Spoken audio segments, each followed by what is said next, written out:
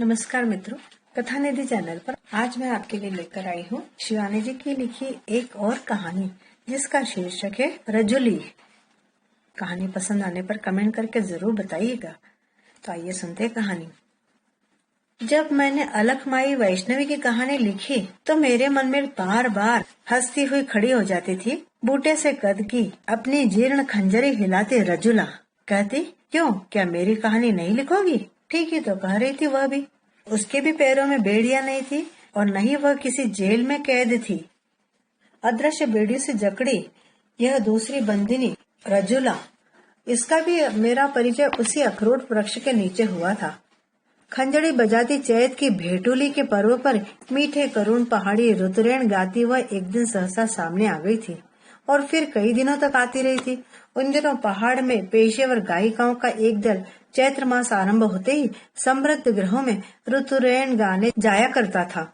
उनकी चालडाल में, अदब कायदे में, वेश विन्यास में कहीं भी उनके कलुषित पेशे की छाप नहीं रहती। कोई न कह सकता कि कोई धंधेवर वेश्या है। अधिकतर गायिकाएं चौड़े काले मखमली किनारे की इकलाई पहने, सीधा पल्ला सिर पर संवारे, पान से सनी मीठी हंसी से पूरा मोहल्ला गुलजार कर देती। इन दिनों पहाड़ में एक और भी कुप्रथा थी।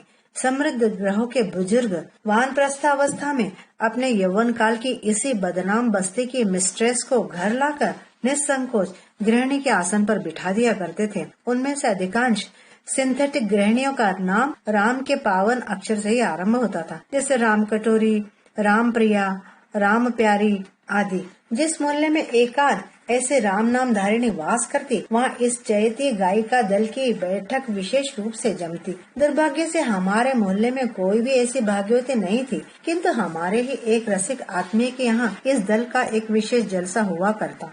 खिड़की से उचक उचक कर हमने उस दल की एक से एक अपूर्व सुंदरी के रूप सुधा का छक कर पान किया था। एक दिन अनजाने ही मैं उन्हें नाना जी के पास अखबार मांगने चली गई थी। उस दिन जो दृश्य देखा वह मैंने न कभी पहले देखा था, न शायद ही कभी देख पाऊंगी। हाथ में सिगार लिए मेरे रिश्ते के नाना मसनद पर लेटे थे। उनके सिरहाने पायताने अगल बगल एक से एक सुंदरी अप्सराएं खिलखिला रही थी। जैसा रंग वैसे ही खुशबू। लगता था किसी ने 10-12 इत्रदान एक साथ तोड़कर कमरे में बिखर दिए हैं। उस इंद्र सभा में अचानक सयानी पौत्री को देखकर नाना जी सकपका गए और स्वयं मुझे भी पसीना छूटने लगा। किंतु व्यवहार कुशल नाना जी ने फौरन परिस्थिति संभाल ली। कहो नातनी, कैसे आई? उन्होंने हंसकर पूछा तो मेरी तो जीभ जैसे तालू से सट गई थी। जैसे तैसे कहा, आज का स्टेट्समैन लेने आई थी। ओह लला, तुम्हारी नातनी है ये? अब तो हम इन्हें बिठाकर चैत का शगुन जरूर करेंगी। देखते देखते पूरी गुनगुनाती मधुमक्खियों ने मुझे अपनी रानी की भांति घेर लिया और गाने लगी। कहीं मीठी खिलखिलाहट, कहीं कोमल हथेली से मेरा चिबुक स्पर्श, कहीं अपनी मातृत्व वंचिता चिर शुष्क गोदी में मुझे खींचने का असफल प्रयास। मेरी रूनी सूरत पर तरस खाकर नाना जी ने उन्हें डपट कर मुझे छुड़ा दिया। क्या कर रही हो तुम लोग? बेचारी लड़की घबरा रही है, देख नहीं रही? ले बेटी, अखबार मेज पर धरा है, उठा ले, जा। मैं एक प्रकार से जान बचाकर भाग आई थी। नाना जी गायिकाओं के सौभाग्य से विधुर भी थे और निस्संतान भी, पर वे उनके यहाँ कभी चैत का शगुन नहीं गा पाती थी। जिस घर में बेटी ना हो वहाँ भला रुतुरैन कौन मूर्ख गा सकती थी? मुझे देखकर और नाना जी की पौत्री के रूप में मेरा परिचय पाकर हृदय के उच्छ्वास को उस दिन संभवतः वे लोग रोक नहीं पाई थी। बहुत दिनों बाद मोपासा की कहानी मैडम टेलर्स एस्टेब्लिशमेंट पढ़ी तो मुझे एक पल को नाना जी का वही कक्ष याद हो आया था। मैडम की नन्ही भतीजी के बपतिस्मा के समारोह में आया मैडम का रंगीन दल क्या एकदम नाना जी के बैठक में जुटा दल नहीं था? बात तो मैं आई थी, किंतु देश में बंदी रुतुरैन की वह धुन मुझे बुलाए नहीं भूलती थी। जो भागी जिए लो यो दिन भेटल हो। प्रत्येक भाग्यवती कन्या के जीवन में यह दिन बार बार आए, यही अर्थ था उन लाइनों का। इसी पंक्ति को दोहराते रजुला जब खंजड़ी खनखनाती, आंखें वेदना से डूबा चेहरे पर करुण हंसी और उसके कलुषित पेशे का स्मृति चिन्ह बनाती से जा रही, सहसा नीचे धस गई नाक। शायद उसी बैठी नाक के कंठस्वर में शहनाई किसी मिठाल घोलती थी। क्या सुनोगे लली? रुतुरैन, परी, चांचरी, ए रमोला? उसने हंसकर पूछा। फिर तो वह कई दिनों तक आती रही और अपने कोकिल कंठ में संचित लोक गीतों का स्वर्ण कोश हमारे सम्मुख औदार्य से लुटा लुटा कर हमें रिझाती रही। मैंने कितने गाने उससे सीखे सुने, कितने झोली भर भर कर शांति निकेतन ले गई, कितनों से आश्रम की कनिका देवी, ज्योतिष देव बर्मन, सुचित्र मित्रा जैसे प्रसिद्ध गायक गायिकाओं के सुकंठ को सींचा, उनका अंत नहीं। तिलक, कामोद, दुर्गा, देश, इन 3 रागिनियों में ही तो इन कुमाऊं के लोकगीतों के प्राण बसे हैं। क्या अनोखी मुर्गियां उड़ान और सर्वोपरि स्वयं उस कोकल कंठी गायिका की अपूर्व स्वर लहरी। लगता था इस नारी की सृष्टि ही विधाता ने गाने के लिए की है। अब कभी कुमार गंधर्व की स्वर लहरी से कुछ लुका छुपी सुनती हूँ तो लगता है यह बाजीगरी आज से 30 वर्ष पूर्व वह अनपढ़ वास्तविक संगीत शिक्षा से अनभिज्ञ रजुला कहाँ से सिखाई होगी। गाती गाती वह मीठी स्वर लहरों की चरम बिंदु पाते ही अचानक तार सप्तक को छू रही मीठी आवाज को शून्य में विलीन कर फिर धीरे धीरे उठाकर श्रोताओं को रस की चाशनी में पाग कर रख देती। न कोई साज न कोई ठेका, केवल एक टूटी सी खंजड़ी जिसकी मुई खाल को वह दिया सलाई जलाकर तपा भर देती और कान के पास बजाती, आंखें मूंद कर स्वर साधती। नैना ताला नंदा देवी सोरे की भगवती। आज से 30 वर्ष पूर्व जब उससे पहली बार मैंने सुना था, बेड़ पाको 12 मासा आहा कापल पाको चैता मेरी चैला, सुना था तो मुझे लगा था कि सिर के ऊपर छतरी सा तना अखरोट तरूबी जैसे लाल लाल रसीले फलों से लद गया है। रजिला, ऐसा गाना तुमने किससे सीखा? हम पूछती। उससे। वह दोनों हाथ जोड़कर आकाश की ओर उठा आंखें मूंद लेती। ठीक ही कहा था उसने। कंठस्वर की ऐसी बाजीगिरी उसे वही कुशल शिल्पी प्रदान कर सकता था। वैसे वह रुतुरैन, भगनोला, रमौला सब कुछ गाती थी, किंतु आत्महारा होकर गाती थी देवता के गीत। एक ही गीत उसे विशेष रूप से प्रिय था। मेरो कहो निकयो करिया निकरिया, मेरो सुनियो नी सुनिया, करिए क्षमा क्षमा मेरा प्रभु। मेरा कहा अनकहा, मेरा किया न किया, मेरा सुना न सुना, सब क्षमा करो मेरे प्रभु। गाती गाती वह सुदबुद्धि जैसे खो बैठती, आंखों से आंसू की धारा बहने लगती। खंजड़ी पर थिरकती अंगुलियां शिथिल पड़ जाती और कभी कंठस्वर को उठाती, कभी डुबाती। वो सुनने वाले को भी उठाती, डुबाती, रुलाती जाती। ऐसा गला पाकर भी तुम भीख ही मांगती रही रजुला? मैंने एक दिन उससे पूछा तो वो उदास हो गई। इधर कई दिनों की संगीत शिक्षा ने हम दोनों के बीच गुरु शिष्य का स्नेह संबंध स्थापित कर दिया था। नहीं लली, तुम्हारी कृपा से रजुला ने इस गले से बहुत माया जोड़ी। चाहती तो ऐसे 10-20 कोठी खड़ी कर सकती थी। उसने अपनी प्रलंब भुजा हमारे घर की ओर बढ़ाकर फिर सहसा ही सकोचा कर समेट ली। पल भर को धुंधली आंखों में दब से जली गर्व की ज्योति उसी वेग से बुझ गई। तब मैं अपना कौतूहल रोक नहीं पाई। कहाँ गई वह माया? नदी में, उसने आवेगहीन कंठ से कहा और शिथिल खंजड़ी टूटी खनक के साथ उसी की गोदी में गिर गई। मैंने उसके दोनों हाथ पकड़कर कहा, कहो न रजुला, नदी में कैसे चले गए तुम्हारे रुपए?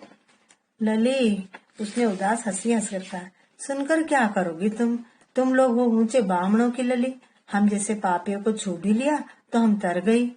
हमारा गंगा जल तो तुम ही हो लली, तुम्हारा हाथ छूकर झूठ नहीं बोल सकती हम। सच कह रही हूँ लली, इन्हीं हाथों से पूरा 40 तोला सोना बहा दिया रजुला ने। 40 तोला? मेरी आंखें फटी की फटी रह गई। हाँ लली, कंठस्वर में किसी भी प्रकार की उत्तेजना का स्पर्श नहीं था। यही नहीं, विक्टोरिया के 4000 नकद रुपए काठ की ठेकी में ऐसे छलाछल छलक रहे थे जैसे कुंड के दानेदार दही। सब पाप बहा दिया भागीरथी में। क्यों, ऐसा क्यों किया? और अब गाना गाकर दर दर भीख मांगती हो? मैंने पूछा। पाप किया था लली, घोर पाप। किसी ने सजा नहीं दी, भगवान ने भी नहीं दी, और भगवान ने तो आंखें ही बंद कर ली थी। किसी ने नहीं पकड़ा मुझे। कैसा पाप किया था तुमने रजुला? मेरे प्रश्न के साथ ही उसका पीला चेहरा और भी पीला पड़ गया।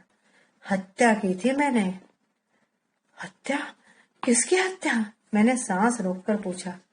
अपने ही बेटे की। उसकी आंखें एकदम सूखी थी, लगता था उसके आंसुओं का स्रोत बहुत पहले सूख गया है। ऐसा क्यों किया तुमने रजुला? मैंने सहमे से स्वर में पूछा। क्योंकि उसकी शक्ल एकदम अपने बाप से मिलती थी। पैदा होते जिसकी शक्ल मैंने पहचान ली, बड़ा होता तो क्या लोग उसे नहीं पहचान लेते? सब जान जाते कि वह किसका बेटा है। वह एक लंबी सांस खींचकर फिर संयत स्वर में कहने लगी।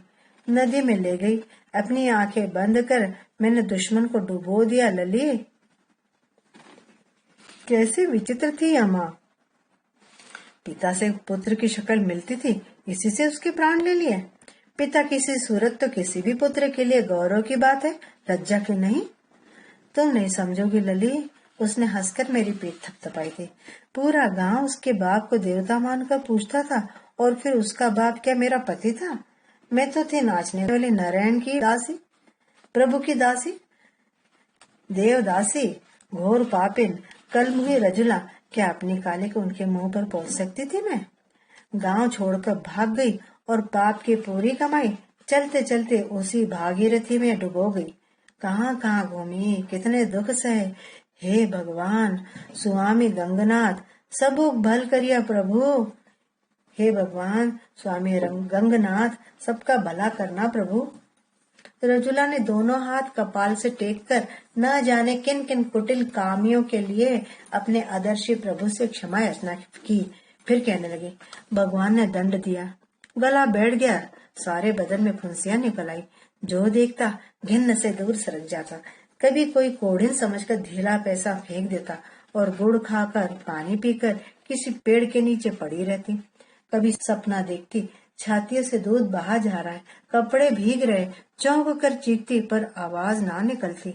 एक दिन मैंने उसी बैठी आवाज में अपना वही गीत गाया, करे छिमा छिमा मेरा प्रभु। धीरे धीरे गला खुलता गया, कोई आवाज फिर लौट आई। अब इधर उधर भीख मांगकर पेट भर लेती हूँ। यही मेरी जेल है लली।